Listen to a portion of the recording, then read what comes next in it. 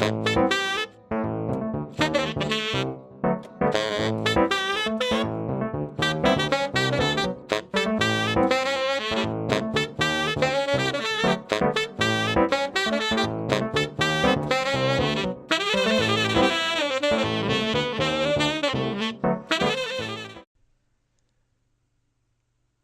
and welcome to Midnight Scribe's Creative Vibes, the show where we speak to the best of the bronies and discover what makes them tick.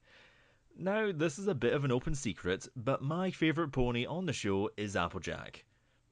Yes, world's worst kept secret, I know, but anyone who has had even a cursory watch of the show knows that I'm a fan of the Stetson wearing pony from Apple Acres.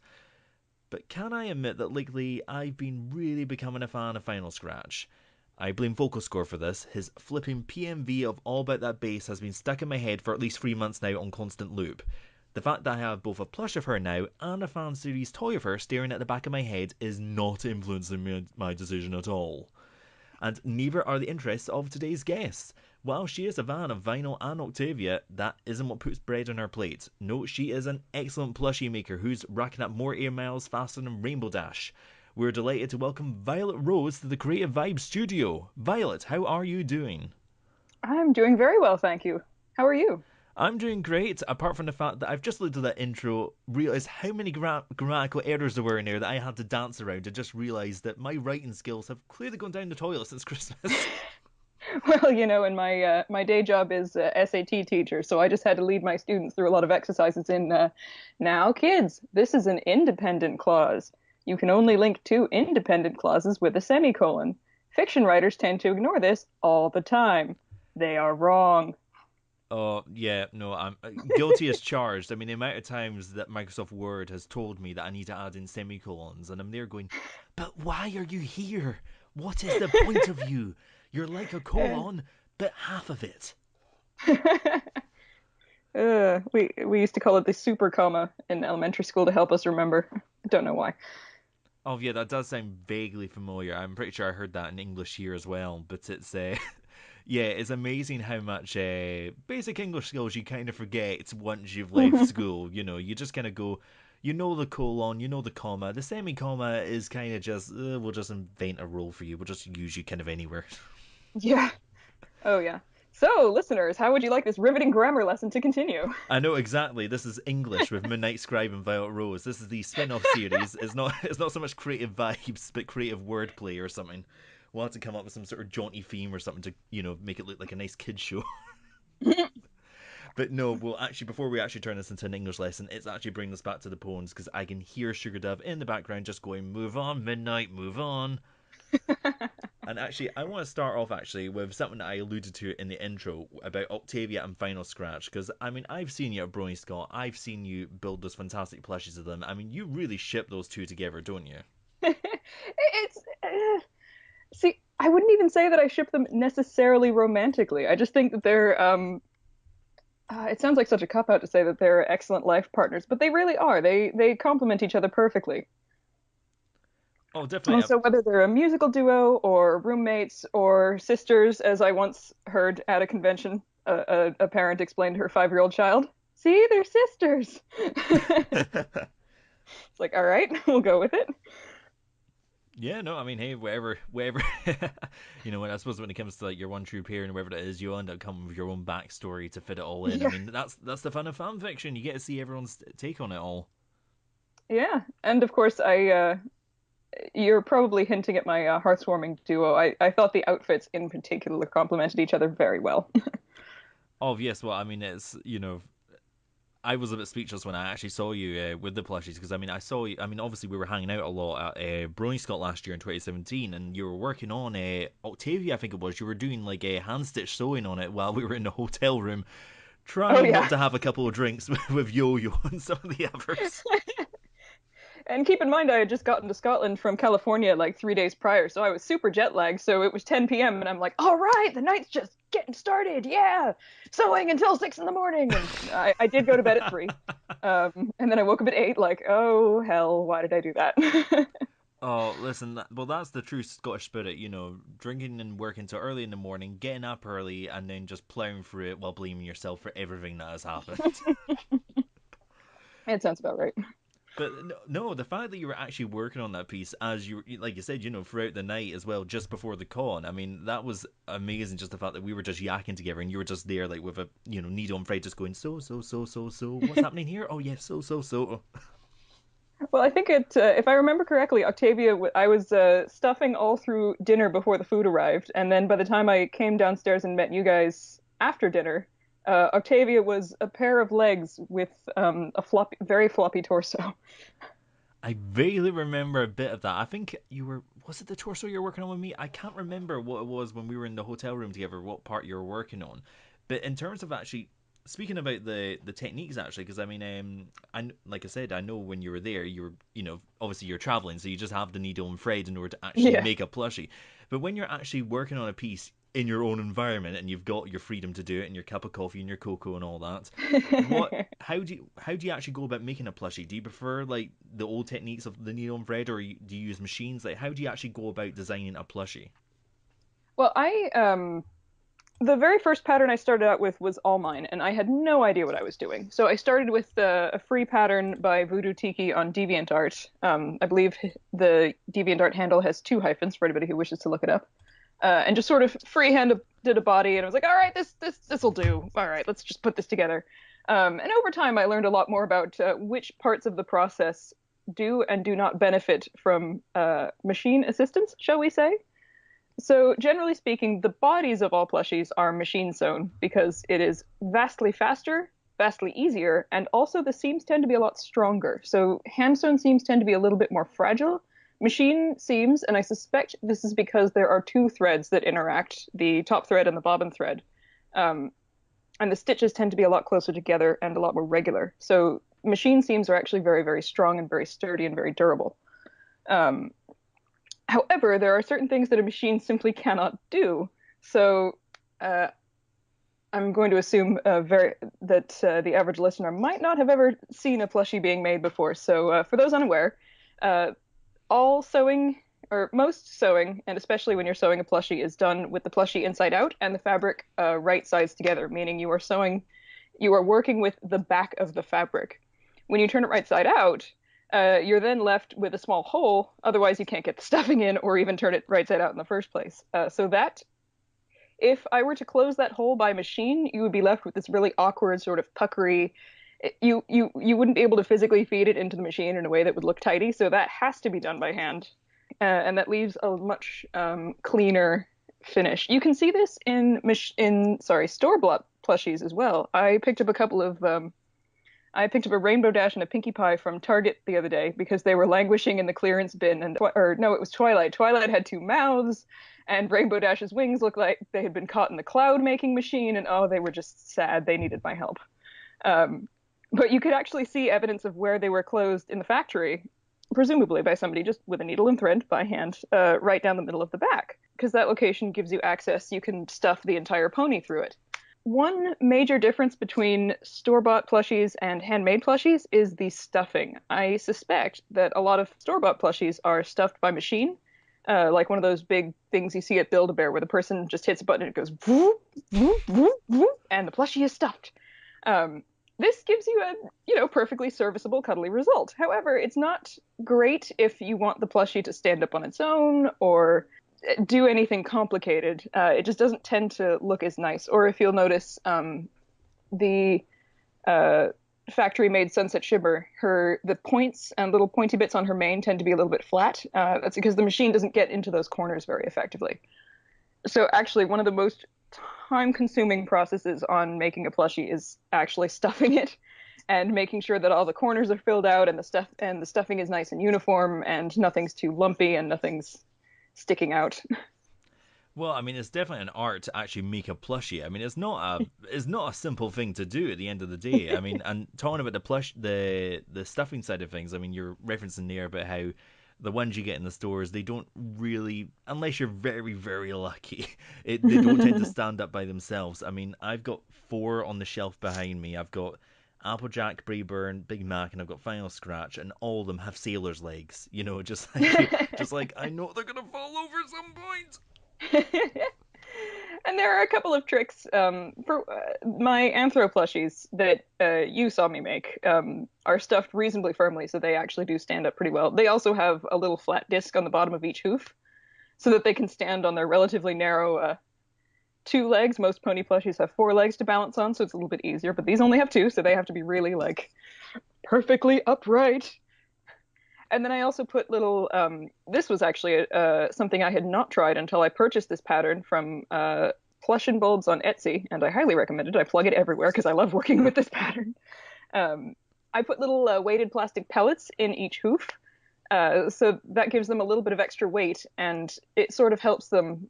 It means that the heaviest part of them is their feet instead of what would otherwise probably be the heaviest part of them, their heads. And so they're a little bit less likely to just sort of plummet forward or backward.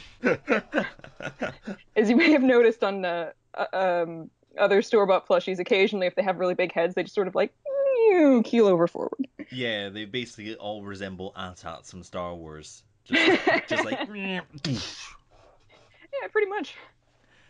You don't even But need to tie their legs together. oh yeah, exactly. You don't even need to. You just need to plot them up, and they fall over. Whee! But In the beanie pellets really help in a four-legged plushie because then again the heaviest part of them are their feet. So at least even if they're sort of settling in on their feet awkwardly, at least they have like those 4 feet on 4 hooves on the ground to stand on. oh, definitely. I mean, well, look, 4 feet are better than two, that's for sure. Although, having Yeah. said that, like I've seen your Amphros, I've seen them on 2 feet. They do the job, and obviously you've built up a wealth of skill and experience in actually building these over the years. But what actually got you into making plushies in the first place? And both actually, because you mentioned the Amphro ones, but you also do chibi ones as well, which is obviously they're very different. That's true. The cheapy ones were what I started with because I wanted to, well, I had very ambitious plans and very unrealistic ideas about how ambitious these plans actually were.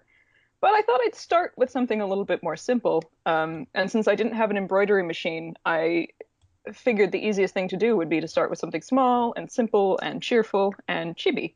And then it turns out that those are actually reasonably popular, so I just sort of kept making them. But I honestly have to say that I started because I had a sewing machine, student debt, no job, and a lot of fabric. And I thought, I think I can make one of these solve my other problems.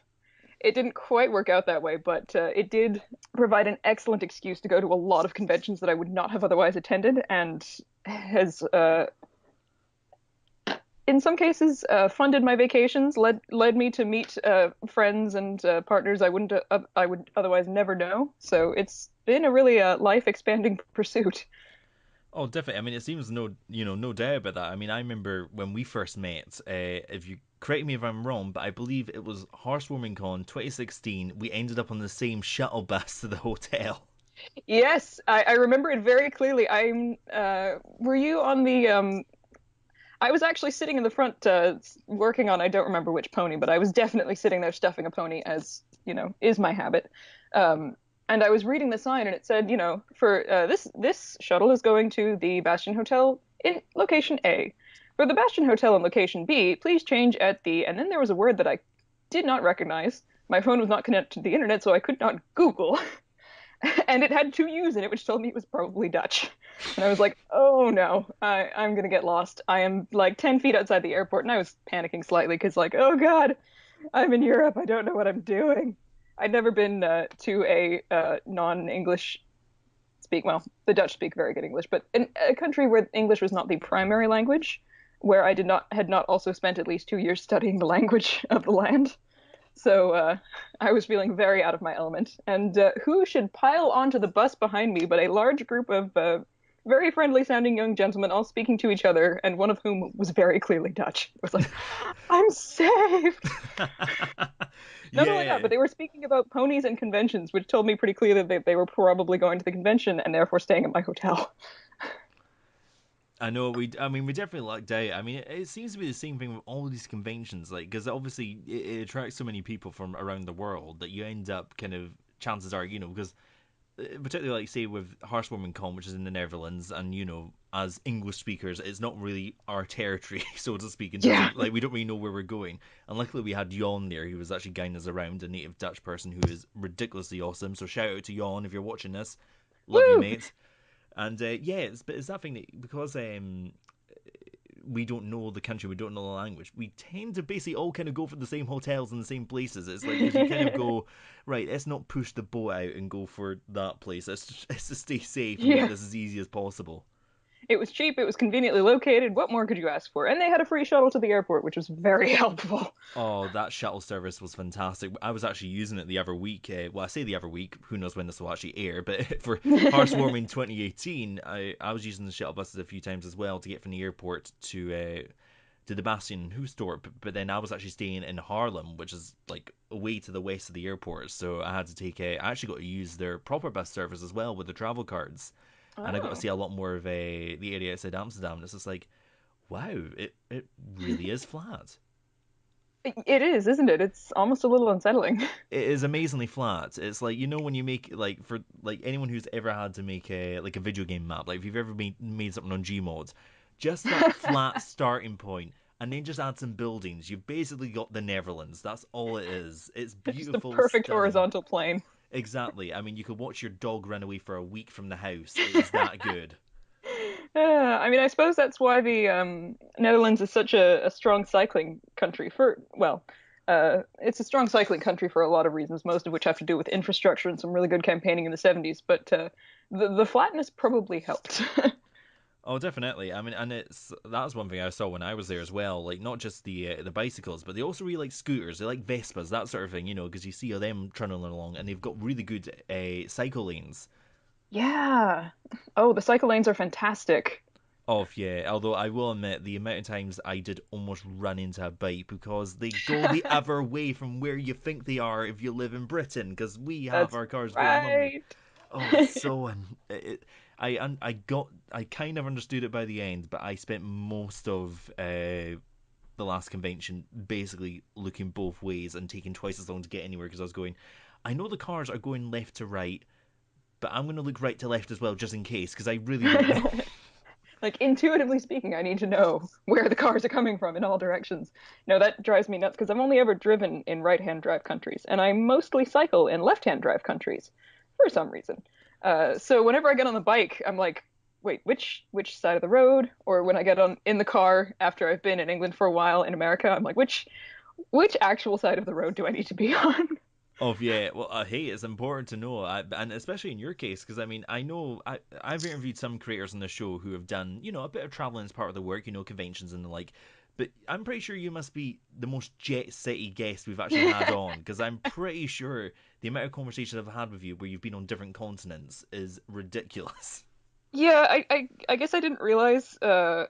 I can honestly say that when I was like 23, I sort of dreamed of being the type of person who you would like pop into town and be like, "Hey, guess what? I've just been in Sweden for 6 weeks and now I'm here. Who's in town?" And then I sort of looked at my life and realized, "Oh my God, I am that person."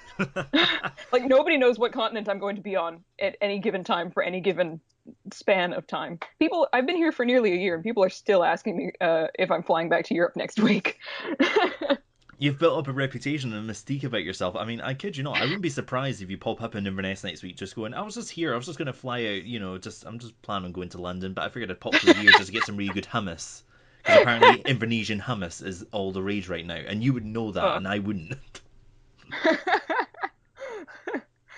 That sounds delicious, actually, although I'm not sure if chickpeas would really grow in Inverness very well. I don't know what the market share is for chickpeas and hummus in Inverness. I mean, I imagine it's probably all sewn up by one person, but it's, you never know in this place. I mean, the market for strange things in Inverness, I think it's like all kind of small to medium towns, cities, and so on, because they're not too small, but they're also not huge. You get a lot of really interesting independent shops and things. That I wouldn't be surprised if I were to go down to the town centre tomorrow and there's like Indonesian hummus, imported from Greece or something. It'd be like some sort of shop. Yeah, I did find it. I'm glad to know that we're not the only area that does this because I did revisit a mall that I hadn't been to very often since about high school and found a shop exclusively dedicated to olive oil.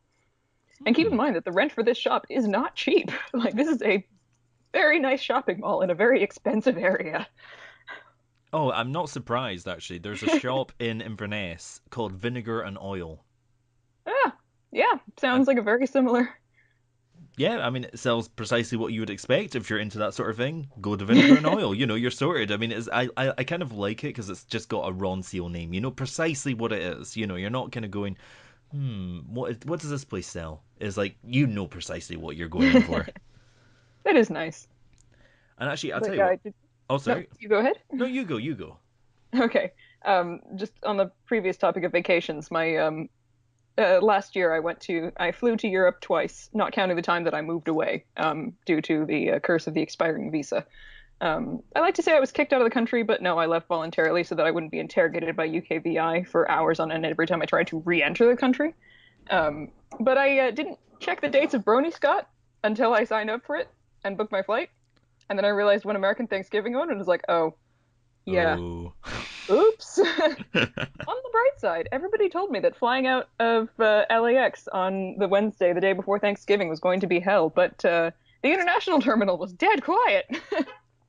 They must have all been just recovering from the turkey and all the rest.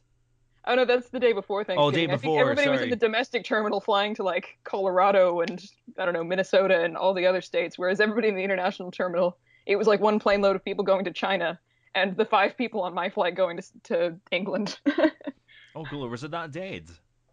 I exaggerate slightly. I think my flight in March was slightly more dead. Pro tip, guys, fly in like late January to early March. You will get so many extra seats. The flight attendants don't care if you bring on extra luggage. I got an extra checked bag for free. It was awesome. Oh, well, listen there. Top tip there from VioletRose there if you're planning on doing any convention or traveling stuff with extra bags. There you go. Yeah, like late January or early March, dead zone. I might have to plan a holiday for next week then. But I tell you what, actually, speaking of going back to the previous topic of shops, actually, I mean, I know that you actually have an Etsy shop, which, for those who don't know, great wee platform for independent creators to sell their wares. But you don't actually have that much on it currently, and is that down to like you're focusing more on the commission side of things? It's a combination of things. I have been too lazy to put Anthro, Vinyl, and Octavia on there. So my only current listing is a a made to order. It's a Poro from League of Legends, which I was not familiar with, but a friend of mine from like very first year in college commissioned one for her husband, and I was like, it's so cute. It's just like fluffy and it's like a little fluffy ball with horns and eyes and a tongue, and sometimes it has a mustache, and the ones that have a mustache look like happy Russian puppies. I've never heard that phrase before. If I showed you the picture, I think you would agree with me. But yeah, it's also mostly because I've had a lot of it's mostly friends of friends in Germany who text me like, "Hey, can you make this pony?" And I'm like, I mean, the shipping is going to cost you an arm and a leg unless I do it in a big batch. So at the moment, I'm sort of preparing a big batch for Germany, but a lot of it is also just I can't seem to handle more than 2 projects at any given time. So I have my teaching job, and then if another project gets added to my plate, the sewing gets put on hold. Oh, of course. Well, the fact is, you're obviously having to juggle your full time real, not real life job because this is a job as well. You're getting paid for it as a job, but you know what I Yeah, mean. Like trying to juggle the non pony work with the plushy work. Just it's obvious you can't take on every single project all the time. Like you just get yeah. complete burnout. There's not that much coffee in the world. Yeah, honestly, the biggest issue is that my regular job is not actually that much in terms of hours, but it's yet another job where I'm left to organize it entirely on my own, and it turns out that I'm not very good at that. So that's been a real learning curve. How to project manage. It turns out that that's actually like a real job that people get paid to do, and I just sort of have to stumbled into it like, oh yeah, this will be easy. Oh, Whoops.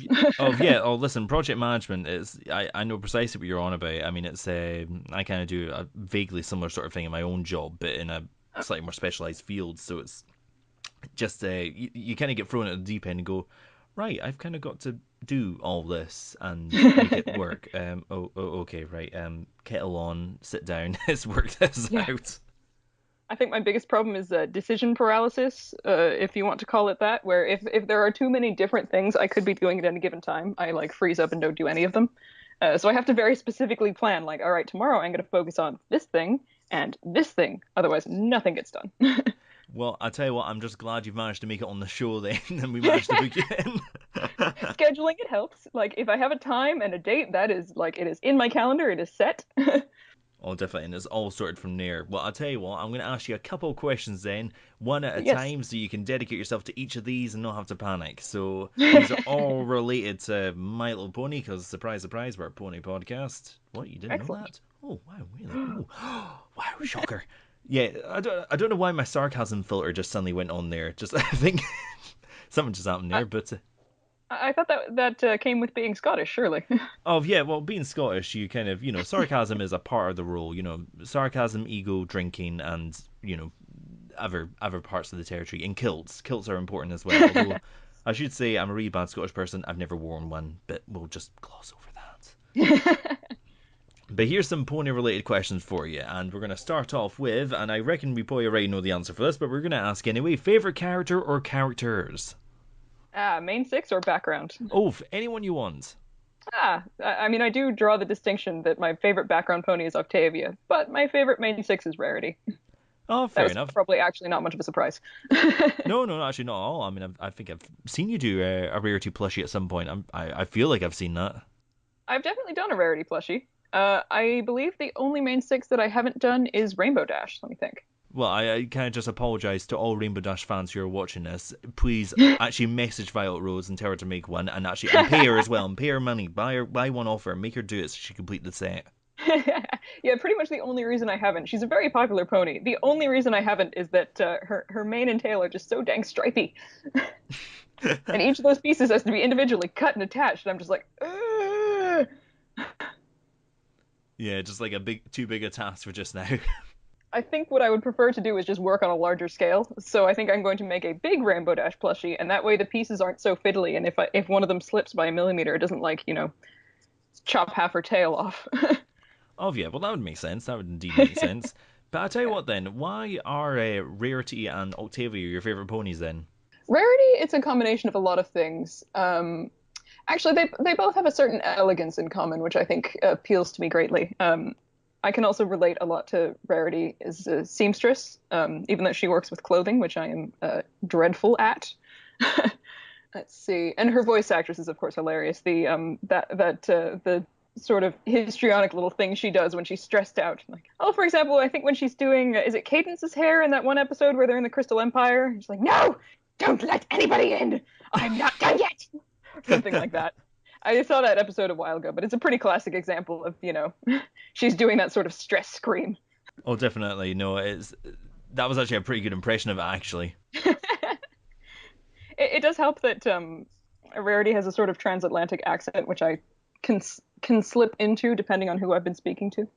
Oh, definitely. No, I mean, her accent is great. And I do actually really like Rarity. She's a character I've kind of come around on more as I've gone into other seasons. I mean, I will maintain that Rarity Investigates is probably one of the best episodes of the show.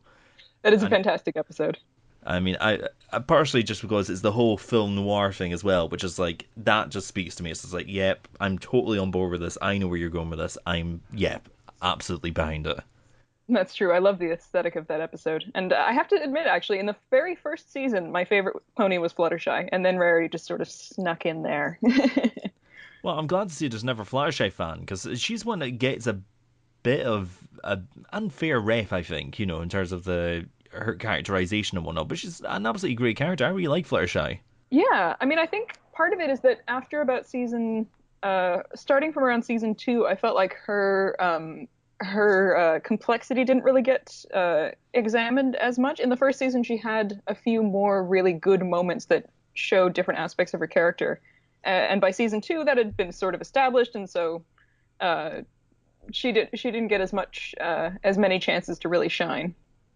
Although I do like that they've also had her character develop a little bit. She actually sang on stage in front of a living, breathing creature. It wasn't a pony, but baby steps. Oh yeah, I mean there's definitely characterization there. I mean there's absolutely no doubt whatsoever. But having said that, I'm glad to see a bit of a defense and love for Fluttershy. It's good to see that there is someone out there defending her. Oh But yeah. let's go into let's talk about favorite episodes. I mean we just touched on Rarity Investigates, but are there any other episodes in particular that stand out to you? Oh, let's see. There are a couple of standouts. Off the top of my head, funnily enough, is an Applejack episode. And I can't remember what it's called, but it's season 5, the one where she has her big rainbow artifact moment, where Flim and Flam are selling the leaf juice, and she Oh doesn't yeah. outright lie, but she sort of tells the truth in a really evasive sort of way, and the other ponies take it and run with it, and then she realizes, wait, no, this isn't right. That I think is a really, really well done episode. Oh, definitely. No, that was actually a good episode. I mean, partially because I mean, obviously, it's Applejack. I'm completely on board, but also the Flim Flam brothers, who I think have actually, as far as villains go, have had quite an interesting arc to them.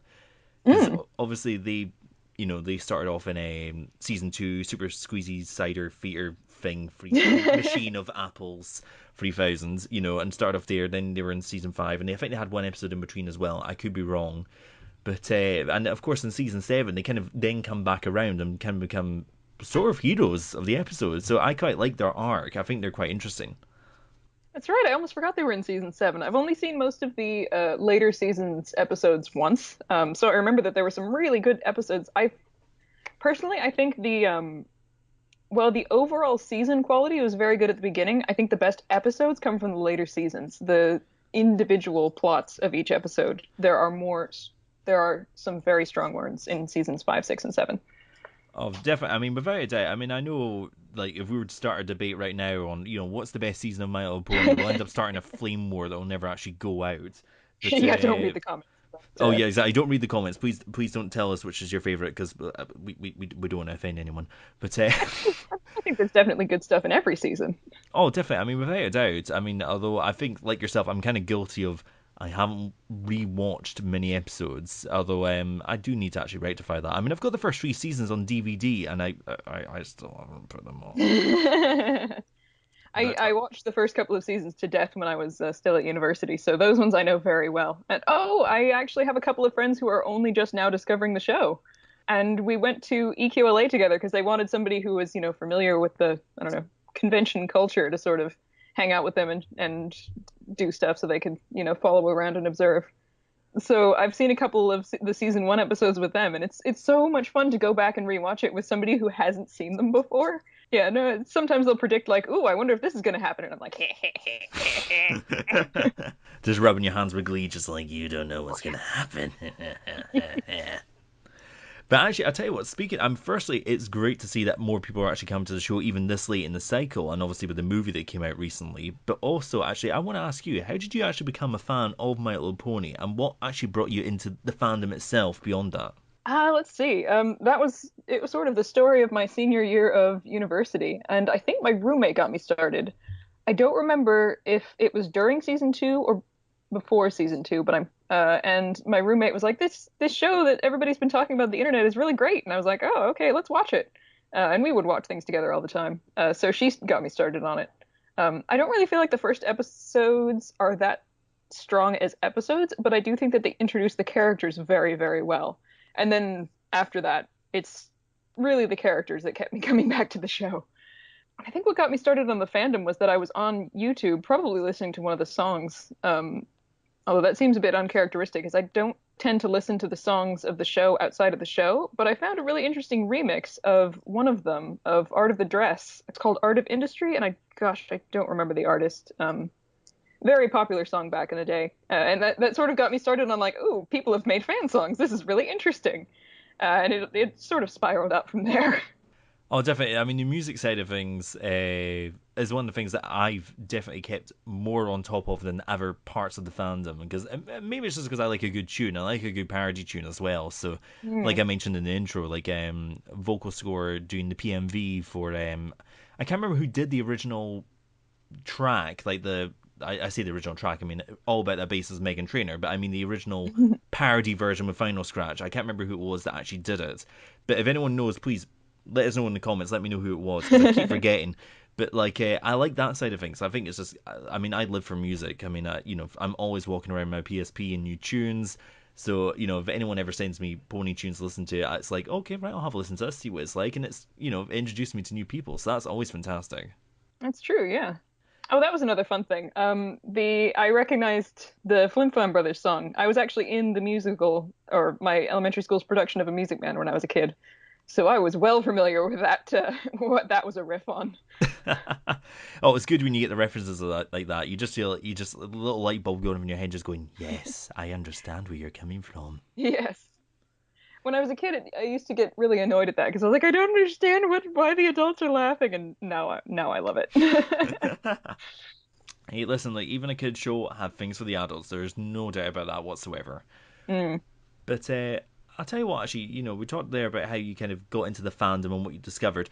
But I want to ask you, what's your opinion on the fandom itself? It's a tumultuous place. Any large group of people unified by interest is going to have quite a lot of variation. I see a lot of people in other fandoms who have quite a poor view of the Brony fandom, probably due to the unfortunate tendency to ascribe a lot of attention to a couple of annoying individuals. To be clear, I'm not speaking of anybody specifically. I just mean that any fandom is going to have its issues, and those issues are what is going to draw attention from outside the fandom. I have found it to be a very welcoming and relaxed and friendly place. Well, I'm glad that your experiences in it have been a positive one. I mean, Oh, obviously extremely. that's yeah, exactly. Well, I mean that's the best thing. I mean, I know in recent times there have been certain shake-ups in the fandom, Yeah. in terms of things that have been going on. But obviously, I'm glad to see that by and large, and I've seen this at the convention, obviously at Hearthswarming recently. The positivity and the unity of the fandom is still there, and the fact that I had a discussion with a guy, and he was actually speaking to me about how easy it was to speak with people that he didn't know because we all have the same interests, and like he was just like, I don't know who you are, Midnight. I don't have a clue who you are, what you do. We'll probably won't speak again after this, but I like the fact that I can chat with you about things, and there's no preconceptions. You can just kind of Yeah. enjoy and let loose.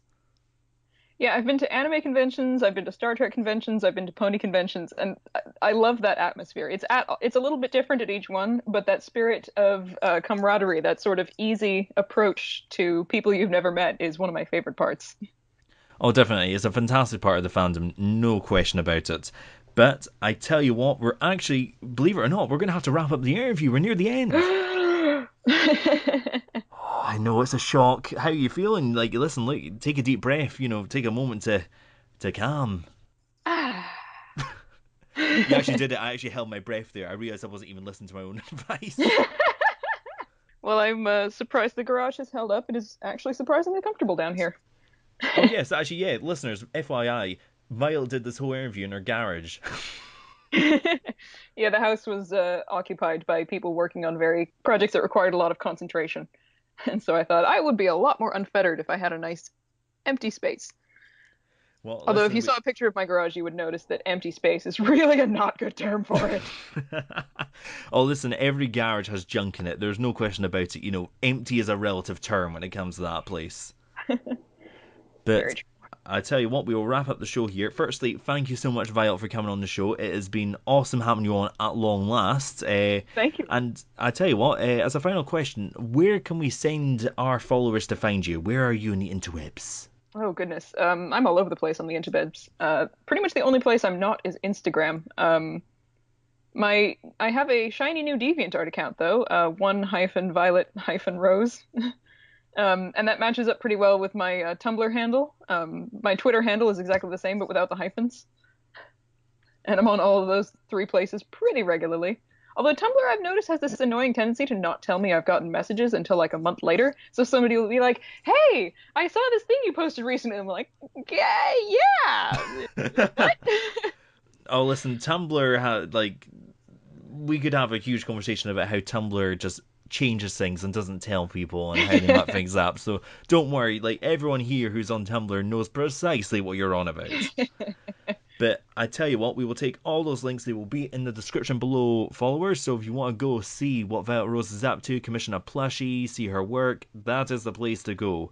But we shall wrap up the show just now. My thanks to VioletRose for being on the show. My thanks to you, Phillies and Gel Codes, for watching. And of course, if you want to get in contact with us, well, we're all over the interwebs. Oh yes, we are. We have the Facebook, we have the Twitter, we have the. We don't have an Instagram. We should have an Instagram. We should have an Instagram. I don't know what we put on it, but we should have one. But no, we're on Tumblr. We've got our email address with highlandbronies@hotmail.com, I believe it is. You can find it on our YouTube channel in the About section. And of course, where you're watching our videos right now, so feel free to subscribe, like, comment, let us know what you think. Are there any other questions you want to pass VioletRose? Put them there as well. But we will wrap up the show just now. So once again, thank you all so much for watching this episode of Creative Vibes. We will see you all very soon. And the final word from Midnight Scribe is, as always, please subscribe.